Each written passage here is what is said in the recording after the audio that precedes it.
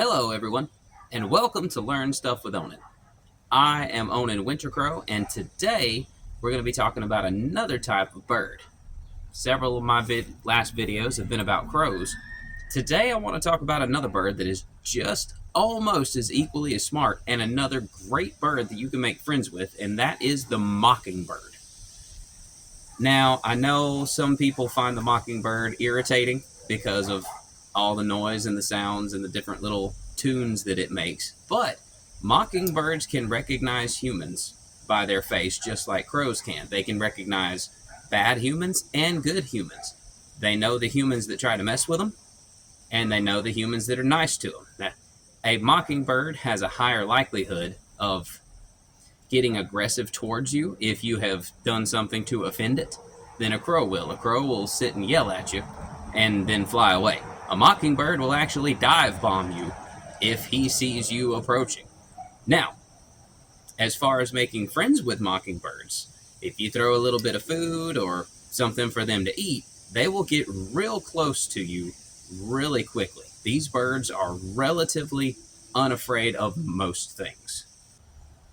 If you are trying to make friends with some of your local crows in your neighborhood, but you have a lot of mockingbirds, it's going to be relatively difficult for you to make friends with your crows. The mockingbirds are going to try to chase them off the best of their ability. And instead of having a bunch of crow friends that come and see you, you're going to have a battle just about every time that they show up. If the mockingbirds have claimed that territory, then there's not a whole lot that you can do. But befriending the mockingbirds is another option for you. Befriend the mockingbirds that are that are around your area, and then go to like a park or go to a lake or something that's close by where the crows are, and make friends with the crows there. So sometimes instead of bringing crows to your domain, sometimes you have to go to their domain and make friends with them, given certain situational circumstances. And having a lot of mockingbirds in your neighborhood is one of those circumstances that might cause problems in the future with trying to make friends with crows. Another interesting little tidbit about mockingbirds: one of our presidents actually had a mockingbird as a pet. Do you know who it was? It was Thomas Jefferson. That is correct.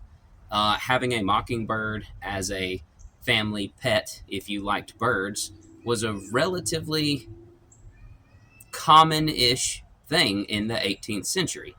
It is illegal now to have a mockingbird as a pet and keep him inside where he does not have the freedom to leave, so that is no longer an option. But you definitely can befriend them out in their own element, out in nature. Something else that you probably know is that crows and mockingbirds are about as much of enemies as cats and dogs are. It's a little bit more on the mockingbird side. The crow really doesn't pay much attention to the mockingbird. He talks a lot. He squawks a lot. He's smaller. He doesn't really... he'll run away if the mockingbird starts chasing him, obviously, but he really doesn't pay the mockingbird much attention. The mockingbird, on the other hand, very much sees the crow as a bad guy. So they will get very aggressive towards them very quickly. Mockingbirds are really easy to make friends with, though. And it's because of that just fearless capacity that they have, which is why you can get super close to them super quick. A little tidbit about the mockingbird: we all know the name is because they mimic all kinds of other sounds around them.